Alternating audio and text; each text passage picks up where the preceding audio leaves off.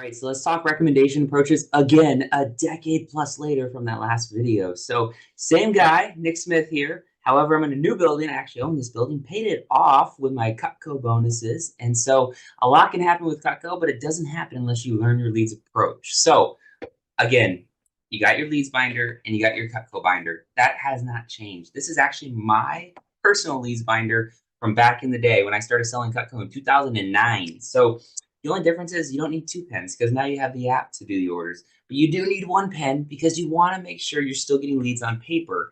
Then you move it to your Excel sheet or your Google Sheets, and that's how you get organized with your CRM. But that's a little bit advanced. What we do is when you're brand new, just keep getting leads on paper. You can use the app to get leads after you got your initial ones on paper. So the approach, you got to memorize it. I know it's in your manual. It's not too hard. It's the, hey, I got one more really important part, right? So we already finished the order. They've already submitted, hit send. Now there's a mess on the kitchen table, right? Because all the food you cut up, the rope probably a little messed up over there, right? Like there's reasons to clean, right? And you want to help them clean, but you want to do the cleaning. Let them do the writing. So I always make sure it's like oh, I almost forgot. So, hey, there's one more really important part I forgot to tell you.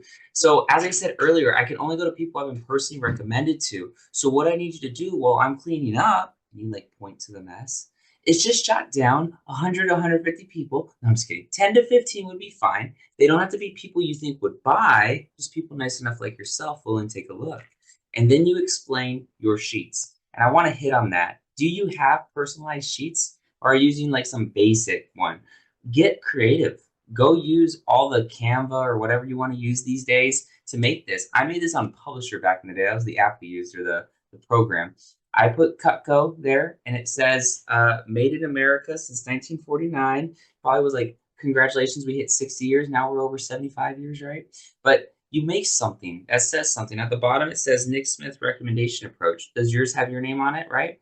I've seen kids say, or I've seen young adults say, hey, help me win a scholarship, right? Or help blank's name win a scholarship, whatever you want. And then you keep it to the basics here. It's, hey, this is the name of the lead, this is the phone number, and this is the city they live in. So you kind of know where they're at more or less.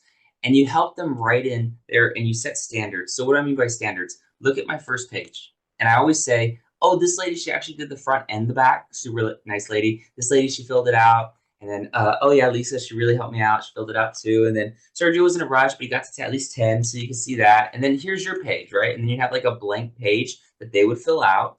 And I want you to understand, not everyone's going to give you 10 plus leads. I always cover this, another one with over 10, but I want to show you the truth. Oh, look at that. Someone gave me 4 leads. Someone gave me 1 lead. Someone gave me not too many leads. And I wrote on the bottom of that, someone gave me 2 leads. So it happens to us all. But I set the standard as best as I can, and I put my best ones at the top. And then what a sponsor sheet is that they give you 10, they get to fill in their name once. If they give you 20, they get to fill in your name twice, right? And once this is filled out, I always say I'll do a raffle for with all the people who filled it out. If you do it twice, I get your name twice in the raffle for a free piece of Cutco. And so it's something to, hey, help me out, right? But this is a super important part.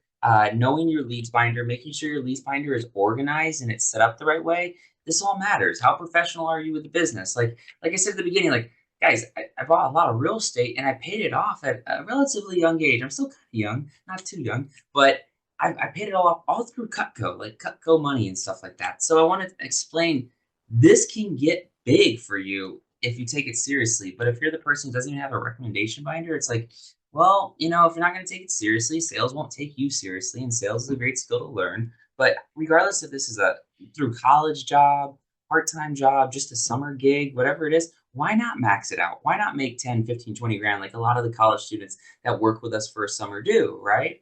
But they're doing it the right way. So take it seriously, look at yourself and say in the mirror, am I doing this the best I possibly can? If the answer is yes, great. If the answer is no, great. Just go ahead and now focus on how do you do it the best you possibly can.